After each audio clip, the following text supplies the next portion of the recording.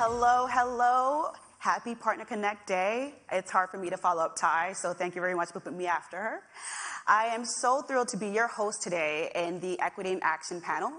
I have three incredible partners here to talk to you about what equity means to their organization, different initiatives they put out for building a workable force, and I can't wait to have this conversation and dig in deep to it.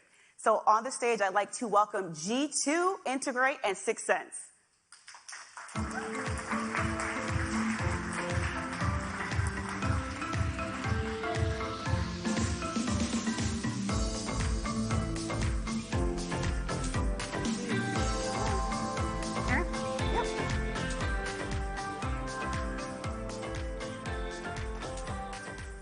If you didn't know, it's Ladies' Night on stage, so get ready.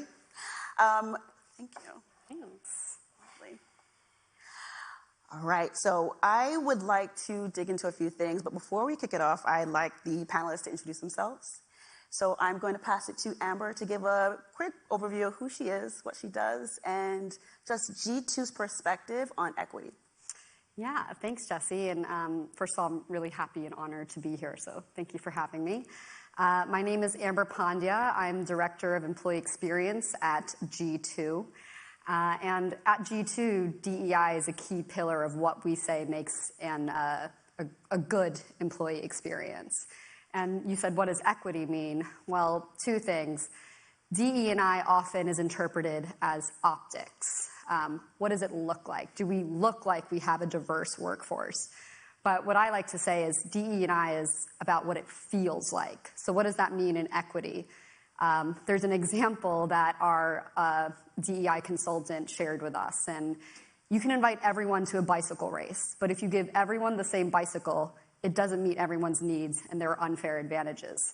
If you invite everyone to a bicycle race, there's a disabled person, a short person, a tall person, and you give them all bicycles that match their needs.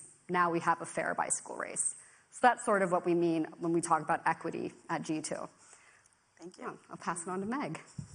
Hi, everybody. I'm Meg Scales. I'm the Senior Director of Field Events and Alliances over at Integrate, a very proud LinkedIn partner.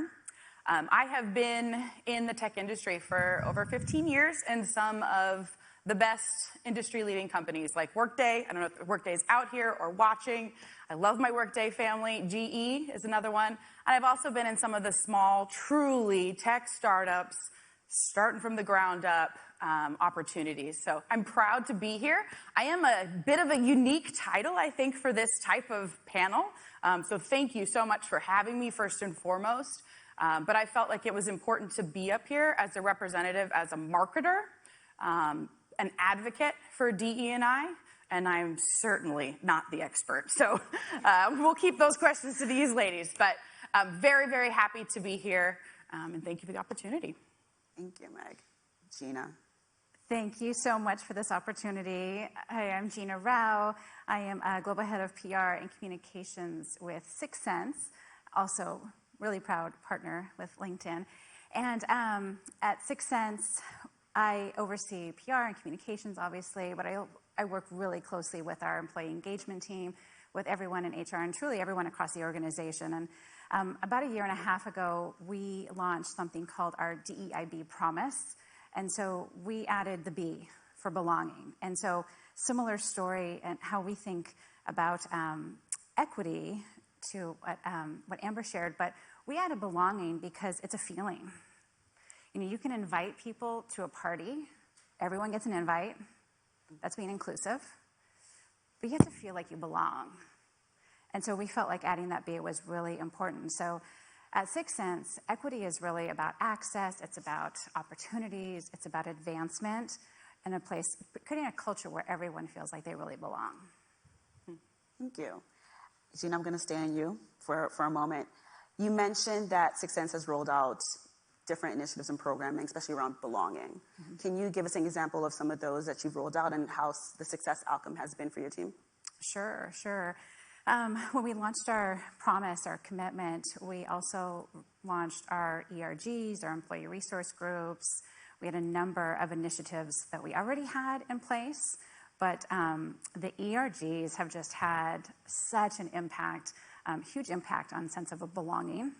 because people from, I think we have 7 ERGs now, so people from different backgrounds, from Latino, and we have a working parent group. I'm one of the co-leads for the Women of Sixth Sense ERG. Everyone sort of has a place where they feel like I'm included. I belong here. These are my people. Every ERG has a liaison with HR, and so we help them, think about policy and processes and other areas of the business that those voices might not have been included before. So one of the advancements that I'm really proud of is we expanded our parental leave policy within the last year. So whether you're a mom, dad, or what have you, whether it's an adoption or birth of a child, there's an extended amount of leave based on how long you've been with the company, but there's also a great deal of flexibility. So in addition to having both parents there for an extended period of leave, you have flexibility. So one employee, for example, he was able to be there for the birth of his child and for a period of time afterwards, and then he staged his leave so that his wife didn't have that dreaded, first day of daycare drop off without a parent there. So he could, extend his leave or come back, I guess, to leave to be there during that critical time. So we were able to really impact that whole family and support mom as she went back into the workforce. That's awesome. And if anyone doesn't know, today is National ERG Day. Not a coincidence. But we have 10 ERGs at LinkedIn, and families at LinkedIn is one of our ERGs, something we really are passionate about and believe in, so we appreciate that. And I'm just going to jump around for a little bit. Yeah. Amber, do you have anything to add in regards to different initiatives that G2 has created in regards to creating an equitable workforce? Yeah, it's largely the same in terms of the pillars that we focus on to make a more inclusive workforce. We have our ERGs. We also recently launched our DEI commitment statement, both internally and externally. And I would say, in terms of how do we drive inclusion every day, it's in walking the talk. We like to not just talk about DEI. We like to put our money where our mouth is. We are consistently measuring our effectiveness. G2 is unique. We launched something called INPS, our Inclusion Net Promoter Score. So you've heard of the Employee Net Promoter Score. We do the same thing for inclusion.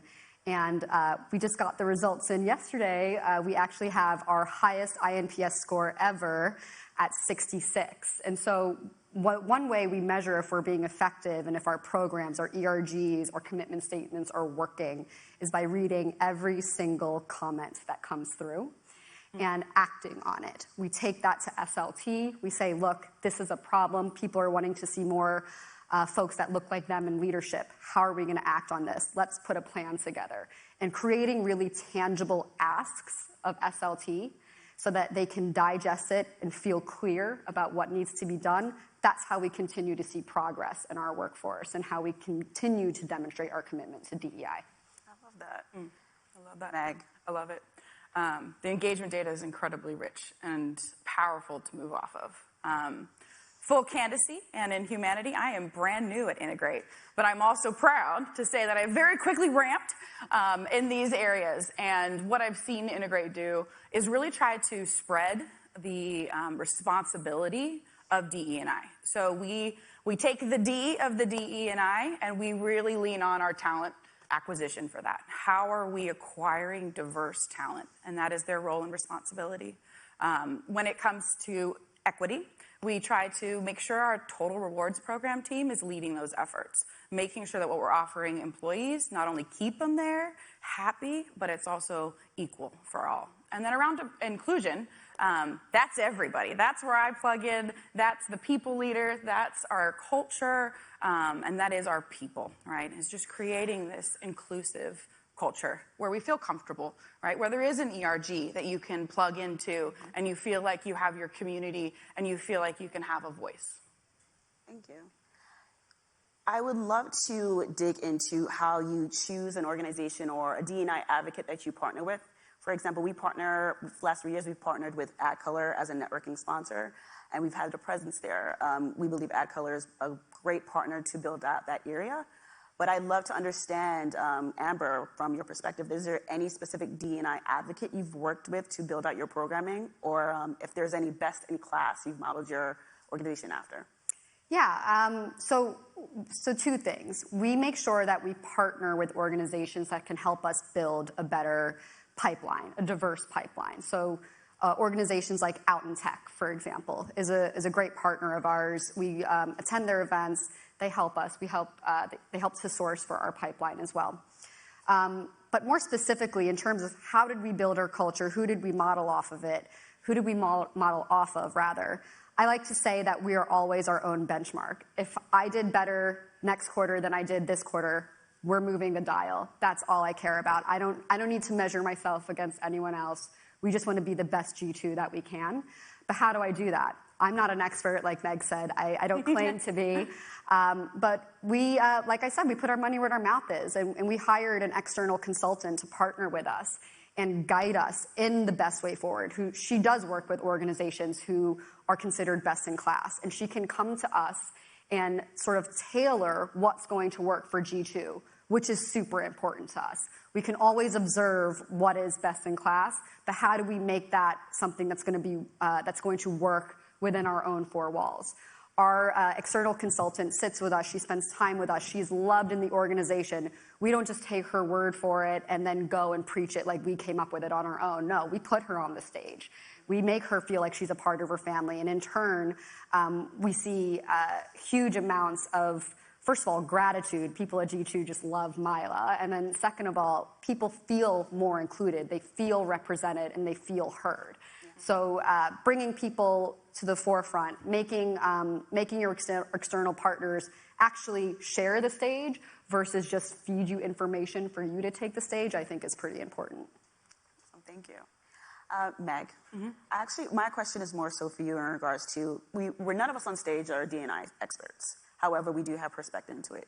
We spoke backstage about the fact that there are actually no cis male in the industry that actually leads D&I, and I'd love to just get your perspective on how you think we can maybe shift that change.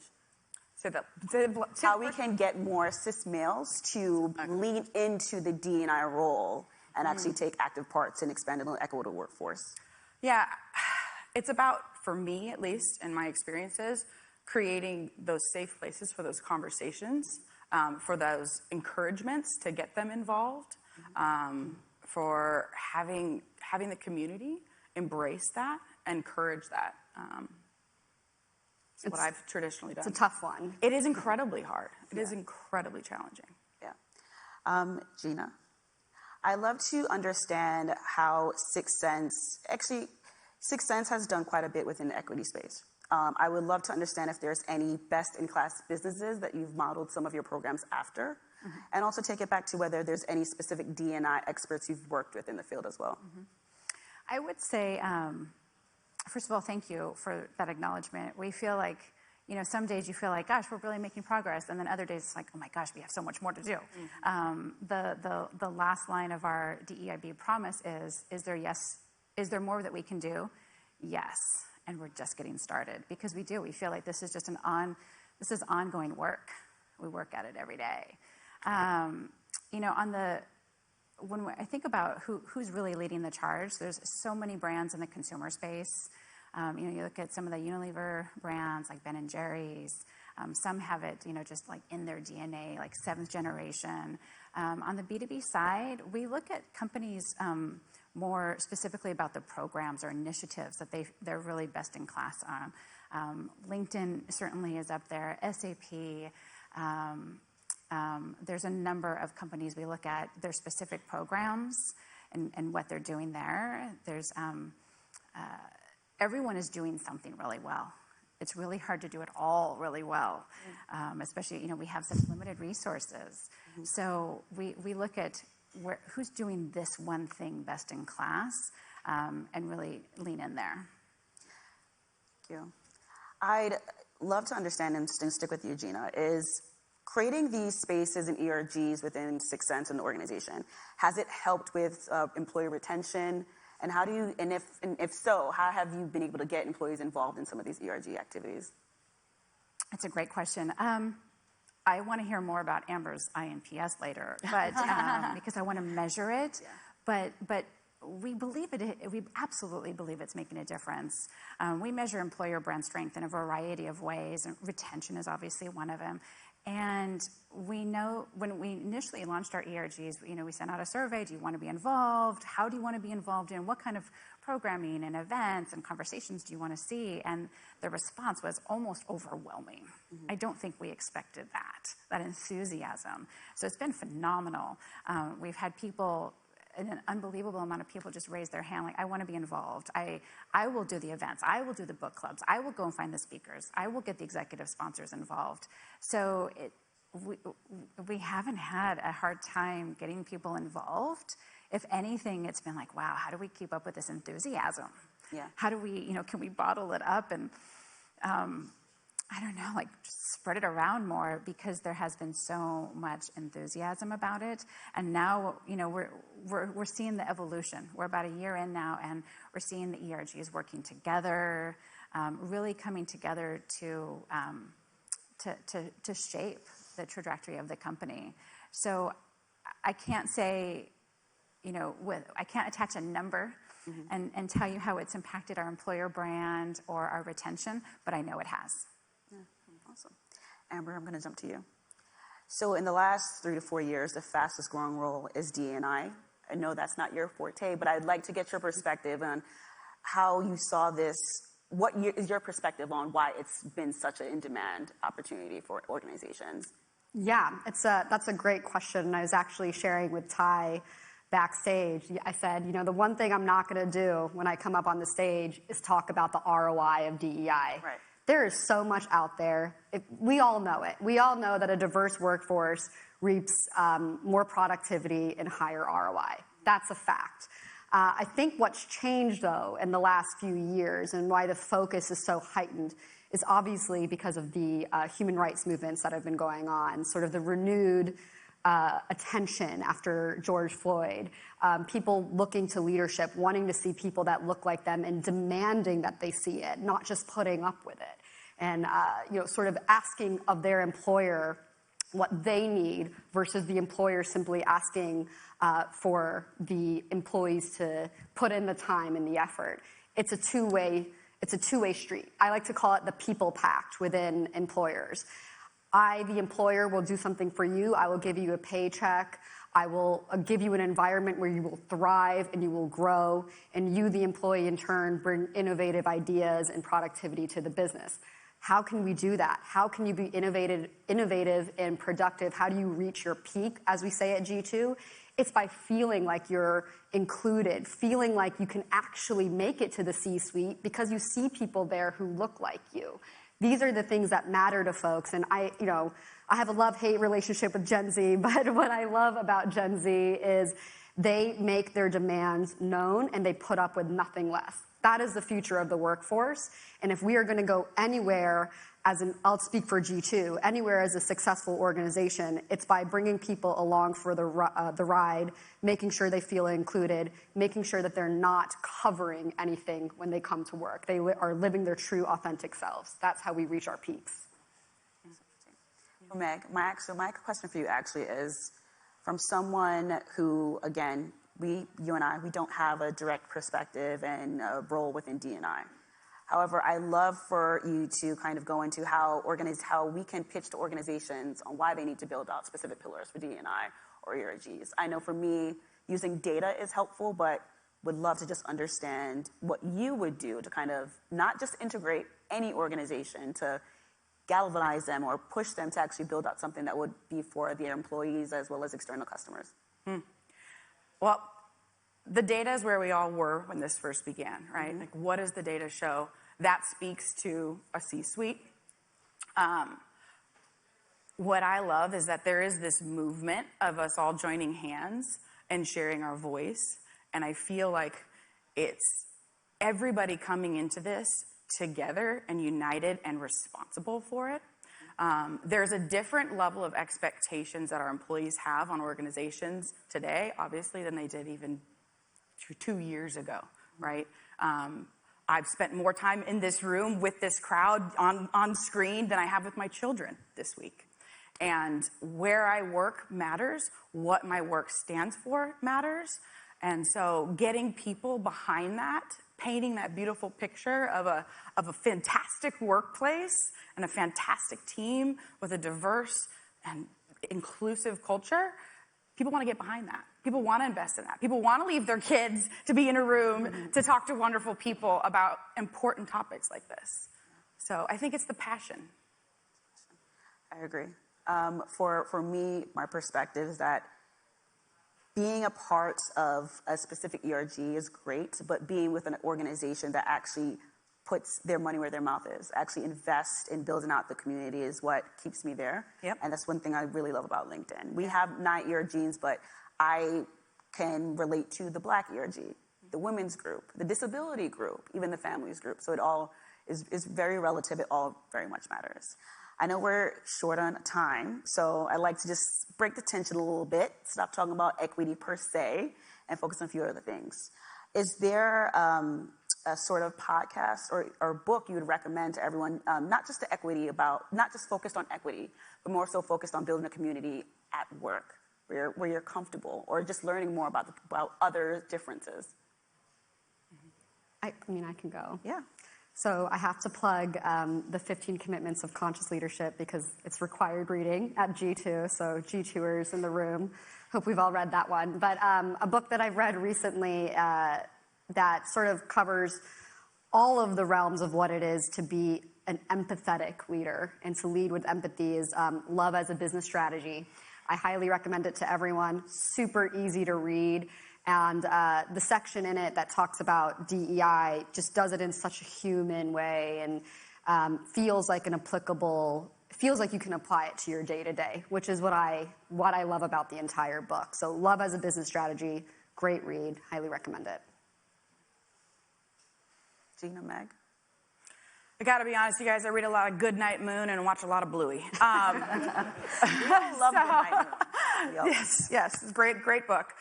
No, in all honesty, I tend to find my wealth in the news and in Forbes, and I've got some fantastic colleagues I've had the opportunity to work with, and I follow a lot of what they're posting on LinkedIn and being featured in Forbes. Jonathan Passmore is one of the best psychologists in this realm, and just tracking his work is something that I'm passionate about and tend to find time for in between Bluey. I think I know Goodnight Moon by heart. Yeah.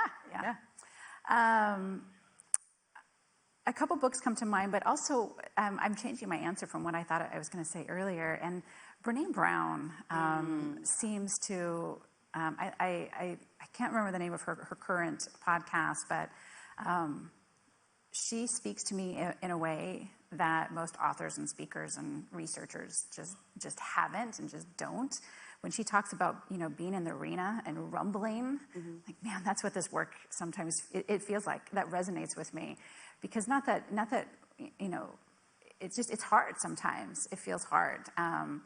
And the conversations are real and they're raw. And so it feels like rumbling sometimes when I listen to Brené talk about that. That's what it feels like, that raw conversation where we just show up in our most authentic self and speak our truths. Brené really speaks to me. Yeah. Her book, Dare to Lead, is fantastic. Fantastic. I know. Look, I did read another book. Exactly. Before we exit the stage, this is our first Partner Connect Namer in quite a while. And since leaving COVID, I've taken a few vacations with my family. I've taken my mom to Cabo. Not my man, my mom. I would love to hear what your first vacation was after we were let out of shutdown. Gina? Sure. Water is healing to me and therapeutic. So we spent about a week as a family out in Central Oregon on a lake, in the river, in the dirt, just together making memories. Nice. Meg? Dove right into that Disney World. I took my 3 kids, I got right into those crowds, shoulder to shoulder, and there's definitely that element of like, is this okay to do this again? And then you find out, yeah, it is. It's wonderful to be back together. They serve wine now at Disney World. They do. They do. Yes. Epcot, my favorite park. They do. Amber? Well, So my answer is not as exciting as my last vacation, because my last vacation was for my honeymoon in Italy. But so yeah, that was great. But my first vacation after lockdown was to Boston. So super exciting, exotic, you know. And we spent most of our time in the Wynn Casino at Boston. They have great seafood, so that's great nice. seafood, great restaurants. If you're in Boston, check out the Wynn Casino. Well, we are at time. It's been a pleasure conversing with you on this incredible subject. Audience, please give our panelists a round of applause. Oh, give myself an applause.